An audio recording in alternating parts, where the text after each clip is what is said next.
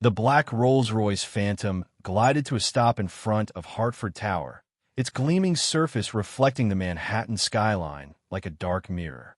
Inside, Daniel Hartford, founder and CEO of Hartford Industries, worth an estimated $4.2 billion, checked his Patek Philippe watch and frowned. He was running 3 minutes late for the board meeting. His driver opened the door, and Daniel stepped onto the sidewalk, adjusting his Tom Ford suit jacket. That's when he saw her. An elderly woman sat huddled against the building's marble facade, a cardboard sign resting against her thin legs.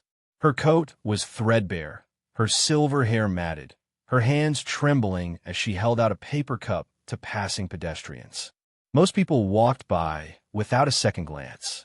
Daniel almost did the same, but something made him stop. Something about the way she held her head, the curve of her shoulders, the shape of her hands. Their eyes met, and the woman whispered a single word, a name that hadn't been spoken to Daniel in over 15 years. Danny Bear. The cup fell from her fingers, coins scattering across the concrete. Daniel Hartford, the man who commanded boardrooms and negotiated billion-dollar deals without flinching, felt his knees buckle. Because the homeless woman begging outside his building was his mother, the mother he had buried 15 years ago.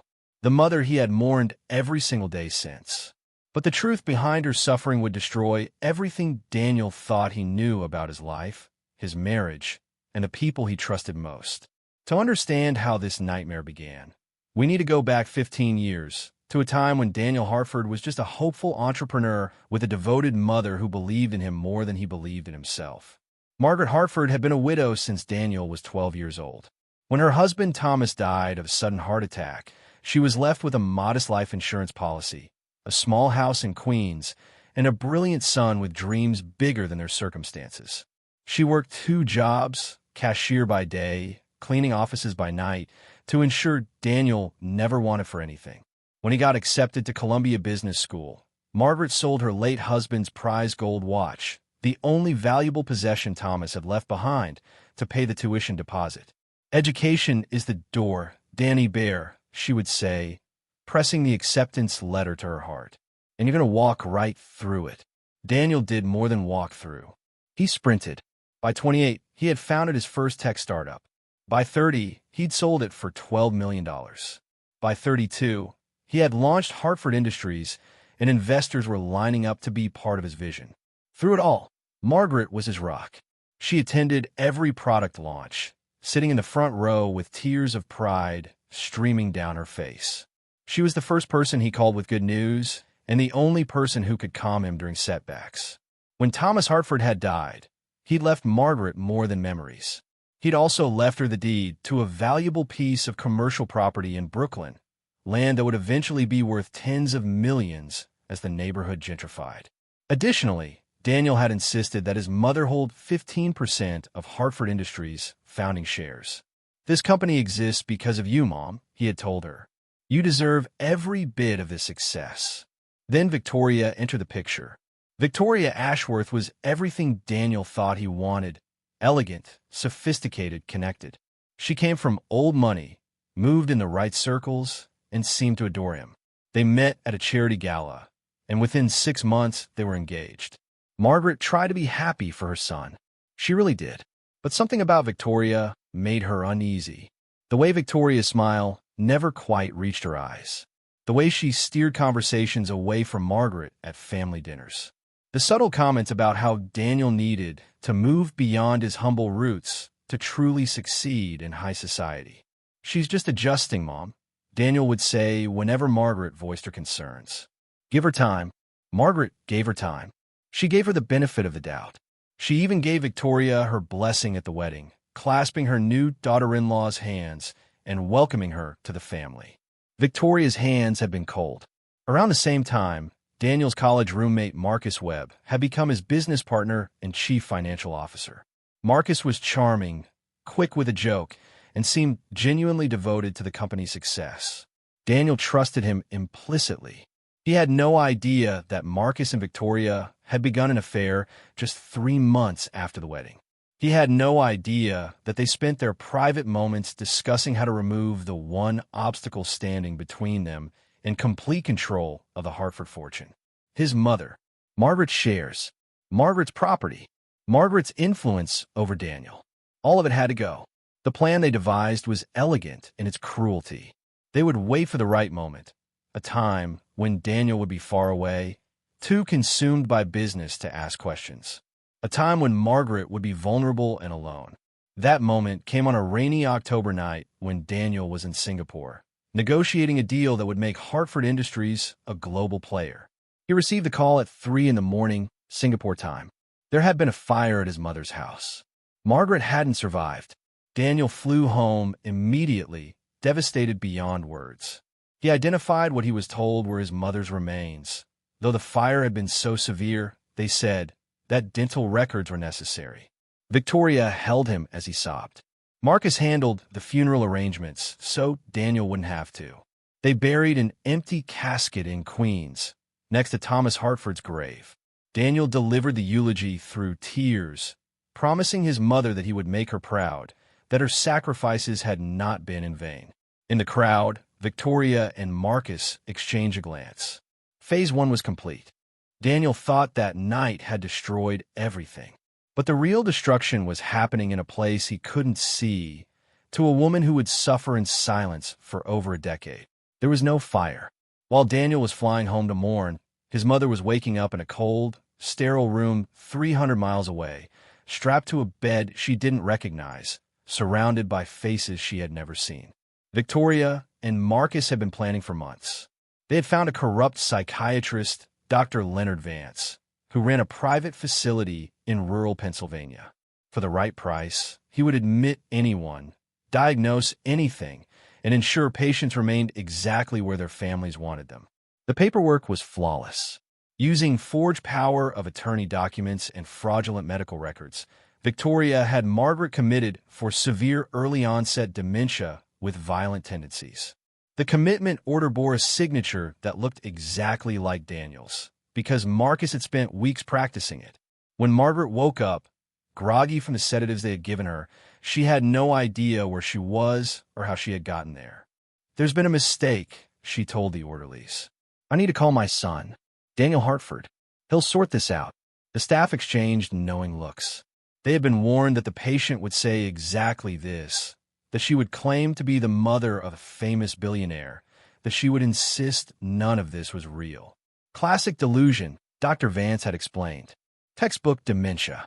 For the first year, Margaret fought. She wrote letters, dozens of them, begging Daniel to come find her. She demanded to use the phone, to contact a lawyer, to speak to anyone who would listen. Every letter was intercepted. Every phone call was denied. Every complaint was documented as further evidence of her deteriorating mental state. Victoria visited once in those early months.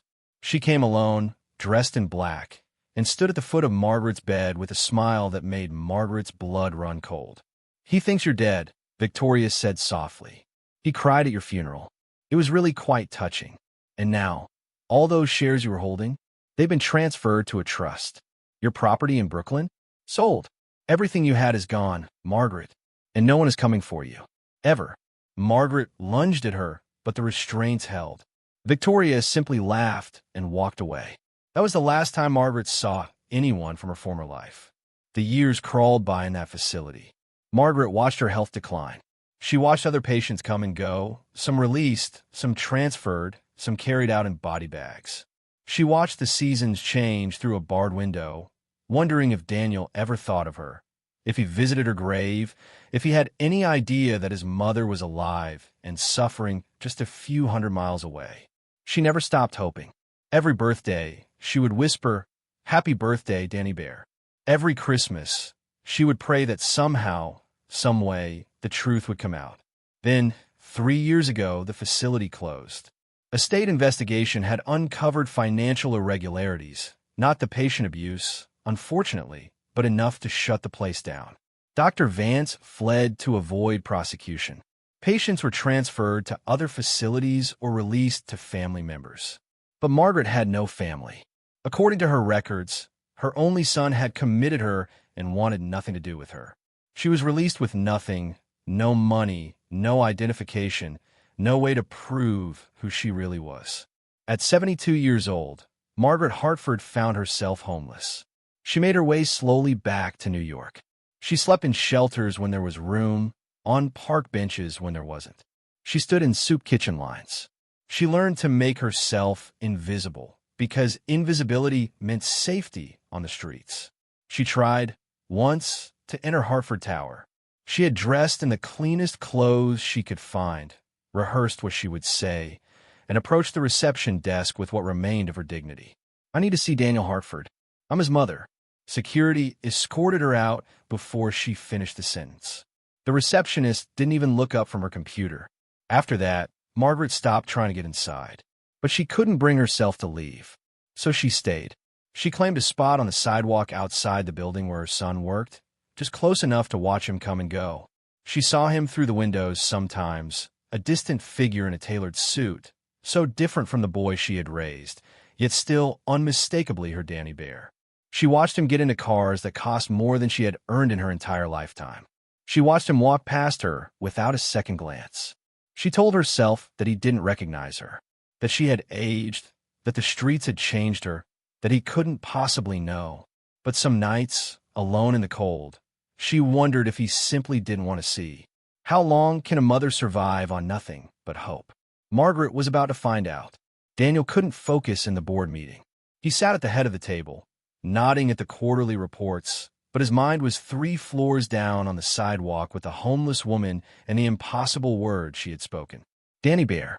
No one had called him that in 15 years. No one except his mother. "Mr. Hartford? Your thoughts on the acquisition?" Daniel blinked. 12 faces stared at him expectantly. "Table it," he said abruptly, pushing back from the table. "We'll revisit next week." He was out the door before anyone could object. His heart was pounding as the elevator descended. This was insane. His mother was dead. He had seen the death certificate, attended the funeral, visited her grave every year on the anniversary. The woman outside was just a confused stranger who had somehow learned an old nickname, maybe from a news article, an unauthorized biography, something. The elevator doors opened. Daniel walked through the lobby, past the security desk, through the revolving doors. She was gone. The cardboard sign lay abandoned on the sidewalk. The paper cup had rolled into the gutter. But the woman had vanished. "No," Daniel breathed. "No, no, no." He grabbed the nearest security guard. "The woman who was sitting here, where did she go?" "Sir, we moved her along about 10 minutes ago. Company policy. We can't have vagrants." "Which direction?" The guard pointed east, confusion written across his face. "Mr. Hartford is everything." But Daniel was already running. He found her 2 blocks away, huddled in an alley between a dumpster and a chain-link fence. She was trying to make herself small, invisible, the survival instinct of someone who had learned that being seen meant being hurt. Daniel approached slowly, the way you might approach a frightened animal. "Ma'am." She looked up, and in her eyes, those tired, red-rimmed, heartbreakingly familiar eyes, Daniel saw it. He saw his mother. Not as she was now, but as she had always been.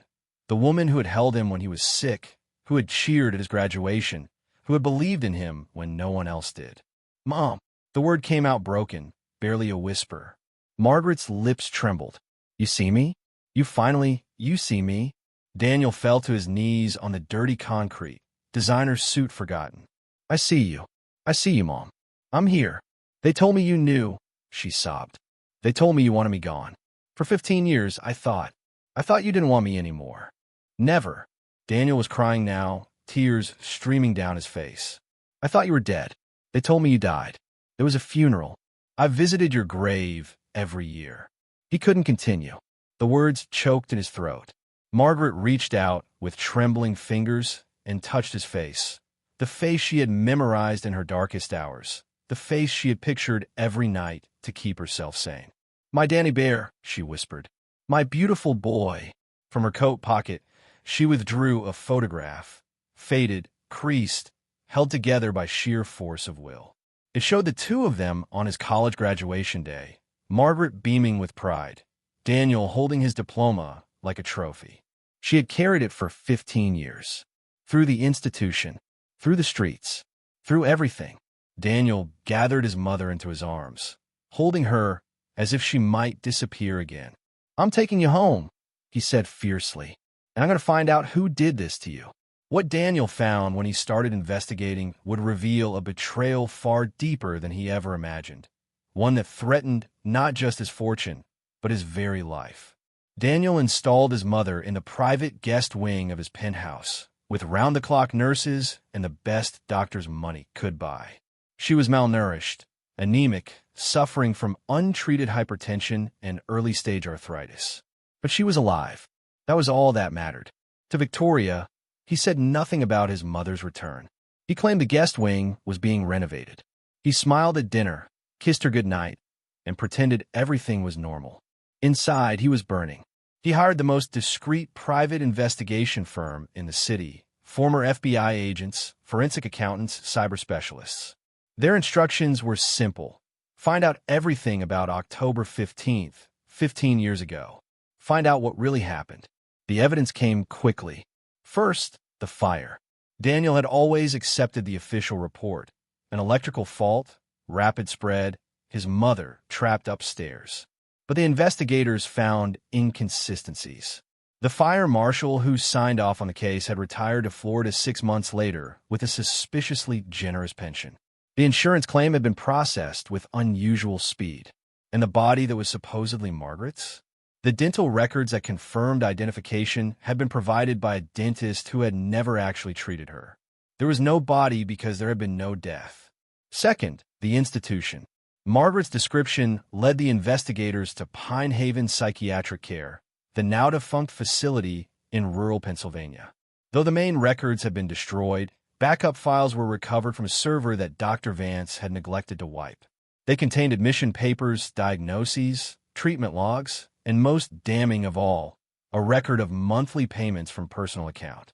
Victoria's personal account. Third, the signatures. Forensic document experts analyzed the power of attorney and commitment papers. The handwriting that was supposed to be Daniel's was a near-perfect forgery, but microscopic analysis revealed subtle differences in pen pressure and letter formation. The same hand that had forged Daniel's signature had also signed off on transfers of Margaret's property and shares. The handwriting matched samples from Marcus Webb. The fourth discovery was the one that nearly broke Daniel. Text messages.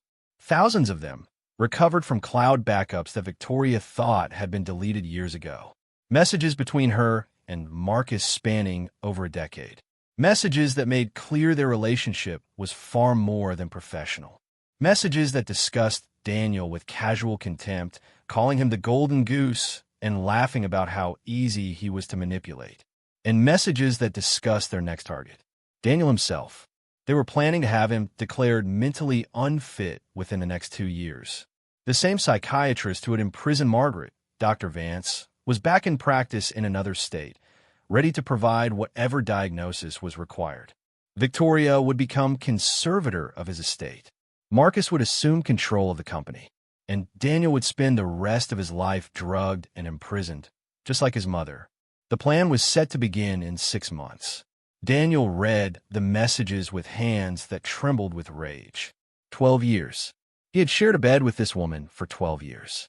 He had trusted her with his heart, his home, his future. And all along, she had been planning his destruction. But even in his fury, Daniel remembered his mother's words. Margaret had recovered enough to sit with him in the evenings, weak but clear-eyed, and she had listened as he explained what the investigators had found. "I want to destroy them," he admitted. Margaret took his hand. "I know you do, and you have every right to. But Danny, don't become what they are. Don't let their poison change who you are. Seek justice. Protect yourself and others. But don't let revenge consume you." Daniel looked at his mother. This woman who had suffered for 15 years because of Victoria's cruelty, who had every reason to demand vengeance, and felt shame at his own anger. "How can you forgive them?" he asked. "I haven't," Margaret said honestly. "I may never. But forgiveness isn't about them. It's about not letting them control my heart anymore. They've taken enough from me, Danny Bear. I won't give them my soul too." Daniel nodded slowly. Justice, then? Not revenge. But Victoria had already sensed something was wrong, and she had one final, desperate card to play. The annual Hartford Industries Gala was the social event of the season. 400 guests in black tie, press from every major outlet, board members, investors, politicians, celebrities. And this year, Daniel had planned something special. Victoria descended the grand staircase in a gown that cost more than most people earned in a year, diamonds glittering at her throat, diamonds that had belonged to Margaret, that Victoria had claimed were destroyed in the fire. She smiled for the cameras. She air-kissed society matrons. She played the role of devoted wife with the skill of a seasoned actress. She had no idea that her world was about to collapse. Daniel met her at the bottom of the stairs, offering his arm with a smile that didn't reach his eyes. "You look beautiful," he said. "Thank you, darling." She squeezed his arm. "Is everything all right? You've seemed distracted lately. Just focused on making tonight memorable." Victoria laughed. "You always do." They entered the ballroom together, a picture of marital harmony. Across the room, Marcus Webb raised his champagne glass in salute, his expression confident, smug. Neither of them noticed the elderly woman seated at the head table until it was too late. Victoria's step faltered. Her face went pale beneath her perfect makeup, because sitting in the seat of honor, dressed in an elegant navy gown, her silver hair professionally styled for the first time in 15 years, was Margaret Hartford. And around her neck hung the Hartford family necklace, a piece Victoria had worn just last month, a piece that had belonged to Daniel's grandmother. "Daniel." Victoria's voice was barely a whisper. "What is this?" "Who?" "You know exactly who that is," Daniel said quietly. "Don't you, Victoria?" Margaret met Victoria's eyes across the room. She didn't smile. She didn't frown. She simply looked at the woman who had stolen 15 years of her life with an expression of absolute calm. Victoria tried to recover. "I don't understand. There must be some mistake. Your mother is alive." Daniel's voice carried across the suddenly silent ballroom. "She's been alive all along. And I think it's time everyone here learned the truth about how she ended up on the streets while you wore her jewelry." The screens that lined the ballroom walls, usually reserved for company presentations and tribute videos, flickered to life. Documents appeared. The forged power of attorney. The fraudulent commitment papers. The bank records showing payments to Pine Haven Psychiatric Care. Photos of the facility where Margaret had been imprisoned. Medical records proving she had never had dementia. Gasps rippled through the crowd. "This is ridiculous," Victoria said loudly, her voice rising. "Daniel, you're clearly having some kind of breakdown. These documents are fakes. The forensic analysis confirms otherwise." Daniel's tone was ice. "Your signature is on the bank transfers. Marcus's handwriting matches the forgeries. And we have your text messages, Victoria. All of them." The screens changed. Conversations between Victoria and Marcus appeared. Their affair, their contempt for Daniel, their plans to have him committed next. Marcus made a break for the exit. Security stopped him before he reached the door. Victoria abandoned all pretense. Her beautiful face twisted with rage. "You think you're so clever? You think you've won? I made you Daniel. Without me, you'd still be some nobody from Queens with a mother who cleaned toilets for a living." "My mother," Daniel said quietly, "worked harder in one day than you have in your entire life. She sacrificed everything for me. And you tried to erase her like she was nothing." "She was nothing," Victoria screamed. "Just an obstacle. Just like you'll be an obstacle when I'm through with." She stopped, realizing what she had admitted in front of 400 witnesses and a dozen media cameras. The silence in the ballroom was absolute. Margaret rose from her chair and walked slowly toward Victoria, her steps steady, her head held high. Everyone watched as this frail, 75-year-old woman approached the glamorous socialite who had orchestrated her suffering. Victoria took a step back, then another. Margaret stopped an arm's length away. "I spent 15 years thinking my son had abandoned me," Margaret said, her voice carrying clearly in the hushed room. 15 years wondering what I had done wrong. 15 years loving him anyway, because that's what mothers do." She reached up and unclasped the necklace from her own throat, the Hartford heirloom that was rightfully hers. "I forgive you, Victoria," she said, "but I will never let you hurt my son again." Police officers were already moving through the crowd. Victoria's wrists were clasped in handcuffs before she could respond. The consequences of this confrontation would reach far beyond anyone in that room expected. The aftermath unfolded swiftly and mercilessly. Victoria Ashworth Hartford was charged with fraud, elder abuse, conspiracy, false imprisonment, and embezzlement. Marcus Webb faced identical charges plus securities fraud for his manipulation of company accounts. Dr. Leonard Vance was extradited from his hiding spot in Arizona and charged with multiple counts of unlawful imprisonment and medical fraud. None of them were granted bail. The evidence was simply too overwhelming. The trial, 6 months later, was a media sensation. Testimony from former Pine Haven staff revealed the full horror of Margaret's imprisonment, the isolation, the forced medication, the deliberate cruelty. Text messages and financial records painted a devastating picture of a conspiracy that had lasted over a decade. Victoria's defense attorney tried to argue mental instability. The jury didn't buy it. She was sentenced to 23 years in federal prison. Marcus received 18. Dr. Vance, as the medical professional who had enabled it all, was given 25. None of them would be eligible for parole for at least a decade. But for Daniel and Margaret, the healing had already begun. The transition wasn't easy.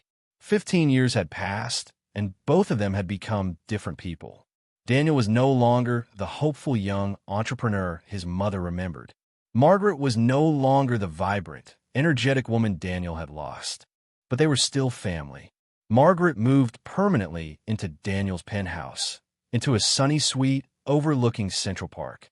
She had her own staff, her own schedule, her own garden on the terrace where she grew tomatoes and herbs like she had her old backyard in Queens. Her health improved dramatically with proper nutrition and medical care. The gray pallor faded from her cheeks. The tremor left her hands. For the first time in 15 years, she could sleep through the night without waking in terror, wondering where she was. And then she met her grandchildren. Daniel had been married briefly before Victoria, a youthful relationship that had produced twins, now teenagers. Victoria had systematically alienated the children from their father, fabricating stories about his neglect and slowly poisoning their relationship. With Victoria gone, the truth emerged. Daniel reunited with his son and daughter, awkwardly at first, then with growing warmth as they came to understand how they had been manipulated. The first time 15-year-old Emma called Margaret grandma, the old woman wept for an hour. Daniel filed for divorce from Victoria immediately after her arrest. Under the circumstances, the proceedings were swift and brutal. Every asset Victoria had acquired during the marriage was seized as evidence or returned to its rightful owners. The jewelry she had stolen from Margaret was recovered from safe deposit boxes and insurance claims. The engagement ring Thomas Hartford had given Margaret 50 years ago was found in Victoria's personal safe. Daniel returned it to his mother on Christmas morning. Margaret slipped it onto her finger and looked at it for a long moment. "I wore this ring for 30 years, she said softly. "I thought I'd never see it again." "It was always yours, Mom," Daniel said. "It was always meant to be yours." The Hartford Industries stock, rather than plummeting from the scandal, actually rose. Investors and the public responded positively to Daniel's handling of the situation. His integrity in exposing the truth, his devotion to his mother, his refusal to let corruption go unpunished. The company's quarterly earnings report featured a new line item, a charitable foundation for victims of elder abuse, funded with an initial endowment of $50 million. The Margaret Hartford Foundation. Within its first year, the foundation would help over 2,000 elderly victims of family abuse, neglect, and financial exploitation. It would fund legal advocacy, emergency housing, and medical care for seniors who had been abandoned by the people who should have protected them. Margaret, who had once begged for spare change outside her son's building, personally reviewed applications for grants. She met with victims. She shared her story. She became, in her final years, an advocate for those who had no voice. "I survived for a reason," she told Daniel one evening as they sat together on the terrace, watching the sun set over the city. "I believe that now, not just to come home to you, but to help others who are still suffering in silence. There are so many Margarets out there, Danny Bear. Mothers, fathers, grandparents, locked away, forgotten, written off. If my story can help even one of them, then maybe it was all worth something. Daniel took his mother's hand. It was all worth something, Mom, he said. You're here. That's everything. The woman who had had nothing now had everything that truly mattered. And those who had taken everything had lost it all. This story isn't just about a billionaire and his mother. It's about what we value, what we overlook, what we take for granted. Daniel Hartford had all the money in the world. He had the penthouse, the cars, the corporate empire. He had everything society tells us to strive for. But for 15 years, he lived a lie. He was married to a woman who was planning his destruction. He was surrounded by people who saw him as a means to an end. And the one person who loved him unconditionally, who would have given anything just to see his face, was living on the streets outside his window. Money didn't protect him from betrayal. Status didn't help him see the truth. All the success in the world meant nothing without the people who truly loved him. Margaret Hartford spent 15 years in unimaginable suffering. She was imprisoned, abandoned, forgotten. She lost her home, her health, her dignity. But she never lost her love for her son. She never became bitter. She never gave up hope. And when she finally had the chance to face the woman who had destroyed her life, she chose forgiveness over vengeance. Not because Victoria deserved it, but because Margaret understood that holding on to hatred would only poison her own heart. They've taken enough from me, she said. I won't give them my soul, too. That's the lesson here. Betrayal happens. Injustice happens. People we trust will sometimes disappoint us in the most devastating ways possible. But we have a choice in how we respond. We can let the bitterness consume us, or we can choose to heal. We can seek justice while refusing to become what we despise. And we can remember what really matters. So let me ask you something. When was the last time you called your mother? Your father? That elderly relative you've been meaning to visit for months? When was the last time you really looked at the homeless person you passed on the street, not as an inconvenience, but as a human being with a story you'll never know? Margaret was invisible for 15 years. She sat outside that building every day, hoping her son would see her. How many Margarets are we walking past without a second glance? Family isn't about blood. It's about love. It's about showing up. It's about seeing each other, truly seeing each other, even when it's inconvenient. Daniel got his mother back. Not everyone is that lucky. Don't wait for a tragedy to remind you what matters. If this story moved you, share it with someone who needs to hear it. Sometimes a story is exactly the wake-up call we need. And subscribe to this channel so you never miss another tale of truth triumphing over betrayal. Hit that notification bell, because next week we have another story that will shock you about a billionaire who discovered his wife of 20 years had been hiding something in the basement that would change everything. Trust me, you don't want to miss it. Until then, tell the people you love that you love them. Today, not tomorrow. Today.